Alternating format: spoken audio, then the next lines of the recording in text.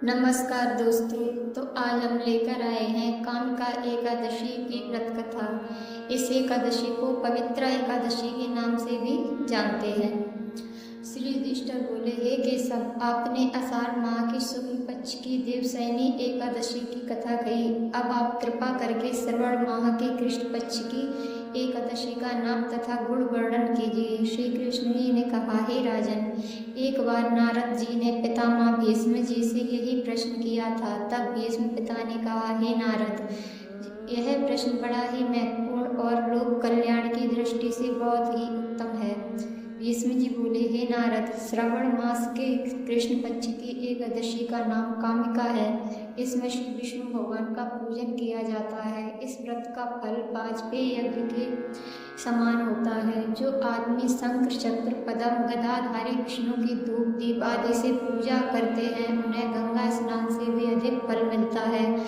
व्यतिपात में गंडक नदी में स्नान करने से जो फल मिलता है, वही फल भगवान विष्णु की पूजा करने से मिलता है। हे नारद जी, संसार में विष्णु की पूजा का फल सबसे अधिक है। यह श्रावण माह के कृष्ण पक्ष की कामिका एकादशी के बराबर है। अतः जो आदमी विष्णु भगवान की पूजा ना कर सकते हैं, वे इस कामिका एकादशी का व्रत करें तो वही फल प्राप्त होता है। आभूषणों से युक्त बिछड़े सहित गाय का दान करने से जो फल मिलता है, वही फल कामिका का व्रत करने से मिलता है। अतः यह कामिका एकादशी का व्रत अवश्य करना चाहिए। जो प्राणी इस कामिका एकादशी का व्रत विष्णु भगवान की भक्ति सहित करते हैं, उनसे पितृ देवता नाग किन्नर आदि सभी प्रसन्न हो जाते हैं, क्योंकि इस व्रत से इन सबकी पूजा हो जाती है। इस व्रत के प्रभाव से समस्त पाप नाश हो जाते हैं। संसार में फंसे हुए प्राणी के पापों को समाप्त करने के लिए कामिका एकादशी के व्रत के अतिरिक्त अन्य कोई उत्तम उपाय नहीं है। स्वयं श्री हरि ने भी नारद जी से अपने मुख से कहा है कि हे मनुष्यों को आध्यात्म विद्या में जो फल मिलता है, उससे अधिक फल पवित्र एकादशी का व्रत करने से मिलता है।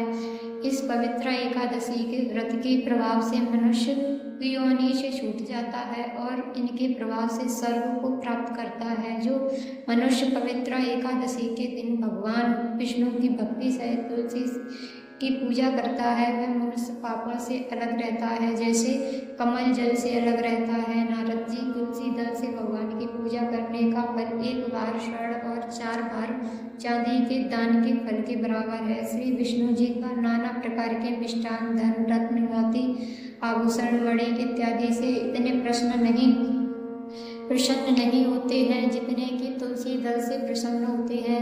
इसलिए तुलसी दल से भगवान विष्णु की पूजा करने वालों के समस्त पाप नष्ट हो जाते हैं। हे नारद जी, स्वयं विष्णु भगवान तथा उनकी प्रिय तुलसी को नमस्कार करता हूँ, क्योंकि तुलसी जी के दर्शन करने से ही मनुष्य के समस्त पाप नष्ट हो जाते हैं और स्पर्श करने से प्राणी मात्र पवित्र हो जाता है। और जल में तुलसी जी को स्नान कराने से मनुष्य की समस्त यम यातनाएं नष्ट हो जाती हैं।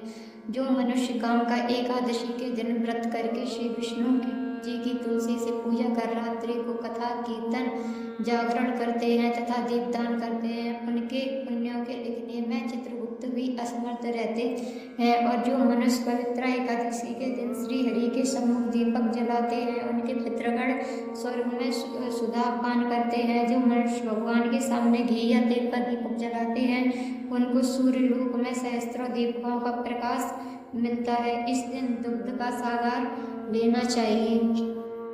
बोलो विष्णु भगवान की जय, बोलो 11 मैया की जय।